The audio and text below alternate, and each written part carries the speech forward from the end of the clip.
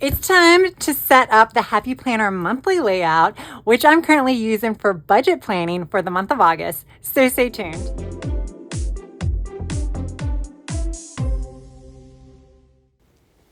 Hey guys, thank you so much for tuning in today. So yes, this is going to be a sped up video with a voiceover. Basically because it's pretty much just a heavily decorated page. I'm not going to be filling any of the sections that I set up on camera, but I figured as a voiceover, I can kind of tell you what I'm thinking about putting in those sections. So hopefully that will help you guys out if you are thinking about maybe doing something like this for budgeting or even doing your own version, but incorporating some of the sections that I set up. So yes, this is the Happy Planner monthly layout. I have been using this now since July in its entirety for budget planning. Prior to July, I had been using the Happy Planner budget planner, but I ran out of pages, so I had to transition into the monthly layout. I had used the Happy Planner monthly layout dashboard, which are the 2 pages you see in front of you now. I had previously used that and Franken-planned it with the budget planner, basically just taped it in front of the expense pages of the budget planner because I really like this dashboard to kind of look at the bigger picture for the month when it comes to my finances. So what are some of my financial goals? What are some of my financial to-dos? And then what are some of the priorities, which are a little bit different than goals, I think. We'll see. I don't know. They do intertwine. But I think with my goals, it's not really goals. I guess they're budgeting parameters. So we'll say that. That's what they are. They're budgeting parameters. So I do budgeting parameters, priorities, and then to-dos. So you're probably like, okay, well, I don't know what that means. What does that mean? Because it can mean several different things for several different people. So the first thing is obviously budgeting parameters are probably the quickest thing. They're just my budget. I just don't like just saying budget. So I do spending parameters, not budgeting parameters. So where I'm putting the little box stickers at the top, that's where I'm going to set that. So I do not want to really set hard financial kind of cutoff points for every single category that I do. I'm not going to set a grocery budget. I'm not going to set a budget for my gas for my car because that's just not realistic. I want to know how much I spend in those because it helps me budget for the other categories. But when I'm thinking about setting parameters to my spending, it's going to be mostly those categories that if I don't buy the things, it doesn't matter because I don't need them. They're not essential. Even if I think they're essential, they're really not, such as crafting supplies. Yes, they are great for my mental health and they are great for my creativity and they probably really do help my brain. So that way my brain is staying in top shape. But they really are non-essentials. So I do try to set a spending cap on that. Right now I have an abundance of skincare items because of subscription boxes that I sign up for. So I will likely set a cap on that and it might be a 0 spend. I don't know yet. So I don't know what caps I'm going to set yet, but I am going to set them. But I'm not basically I set these caps to try to keep in mind, hey, Tracy, don't spend a lot in this category this month. I don't really try. I don't sit there and be like, oh my goodness, I've spent, $35 already on crafts and it's only 2 weeks in and I only have $15 more. I'm not that stringent on it yet. Eventually I might have to go that route, especially if prices keep increasing. But right now, I'm not there yet. But I still like to set categories. I think it's more of me trying to get into the habit of doing it because I definitely want to become a little bit more strict when it comes to setting parameters and sticking within those parameters when it comes to my finances. So right now, we'll just call this practice. And then I mentioned I set priorities. Now, my priorities or goals or whatever you want to call it are pretty simplistic. So for the month of July, I had one priority that I'm pretty sure I'm going to carry over because I didn't do it. Is, obviously I want to set a parameter for crafting. And the reason for that isn't because, oh, I need to like rein in like spending. Well, part of it is, but more of it is I have an abundance of supplies and I'm running out of room for it. So, what I want to do for one of my like goals or one of my priorities is to do an actual inventory of what I have. Hopefully that will help me mentally realize I don't need to buy the thing. You know what I'm saying? If I know what I have, then I know I don't need more. So that's kind of where I'm going with one of those goals. Another goal that I had for the month of July, at least, was to look up some high yield savings accounts. And another one was to increase my savings. They kind of go hand in hand. Yeah, I didn't do either of those, so they might just go ahead and come into August. They sound like great goals, right? Now let's talk about what was check it off, and I changed that to to-dos. Over on the left-hand side, what I'm going to do there is just list things that I need to remember to do for the month when it comes to finances. Okay, it's pretty simple, but you still might not know what that means. So basically, if I have a subscription that ends in September, then I need to cancel it in August. So if it's a monthly subscription. So that will be on my to-do list. Right now, I don't have any that I need to, but let's say Netflix. Like Netflix renews monthly. If I knew I didn't want to keep it up for the month of September because nothing new is coming out and I know I'm not going to be watching that much TV, then I might have cancel Netflix or pause Netflix account or something like that. So that is something that will go on there. Another thing that will go on there is like a great example and something that is definitely going to go on there is in September, I have my auto insurance renewal.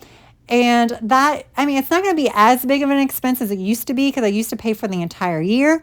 And since I switched companies, they don't give you that option. So I can only do 6 months at a time.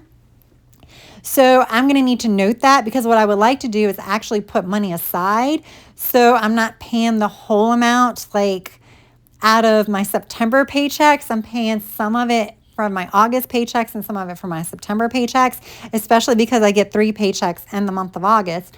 So I would like to kind of think about that and maybe put a little bit extra money aside so I can pull from that when I pay my car insurance. Another example is I know my housing payment's going to go up because my homeowner's insurance went up and my personal property taxes went up. So therefore, my mortgage payment is going to go up. And that's going to go up in September because that's when my mortgage, I guess, renews every year. So that's usually when they kind of evaluate whether or not my escrow is too low. So that's also something that I have to start thinking about now. So that might go on my to-do list as well. So those are kind of things that I have to that go onto my to-do list. If I know I need to make a purchase this month, I will also list that. I'm trying to think of some other things. I can kind of get creative with that list, but it's anything kind of financial related. So like if I need to check my balance in my IRA account, then hey, I might put that on there. So like these are some of the things that might not necessarily go on my catch-all planner or other planners. Some of these like checking the balance in my IRA or calling the trash company to see if they'll reduce the rate or if I can cancel and switch. Those things will go in here versus sometimes going there. So I hope that kind of makes sense. It does seem to work pretty well. Now I'm going to talk about the checklist pages. So the checklist pages, I'm just using as notes pages, and I don't want to Frankenplan, which Frankenplanning is like combining bits and parts from different planners into one. So I'm just using the checklist pages. So for last month, what I did is I did one column of the checklist, one entire column from the top of the page all the way down to the bottom was for one category. It was too short. I write big, but what I kind of want to capture is I want to capture the date, the location, and the amount. And that was just a little too short. So it just went over a little bit. But I figured this time, let's just split the page in half horizontally.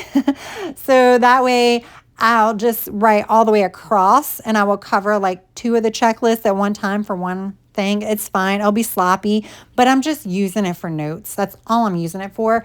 And then I'll just kind of write down my categories. My categories can change based on what's going on that month. So like if I'm traveling or if I'm planning on booking a trip, then that may go as an actual category. Right now, I'm not, but I do have a miscellaneous or an other category that can capture some of that stuff if I end up booking something that doesn't fit into another category or purchasing something that doesn't fit into another category. But my kind of staples are like gas, groceries, you know, that, crafting supplies, non-essentials, semi-essentials. Sometimes I have an Amazon category, sometimes I don't. I used to have a Temu category, but I don't have one of those anymore. So you kind of get the gist. Like I just handwrite it in because, like I said, my categories change, so I don't want to make stickers or anything like that.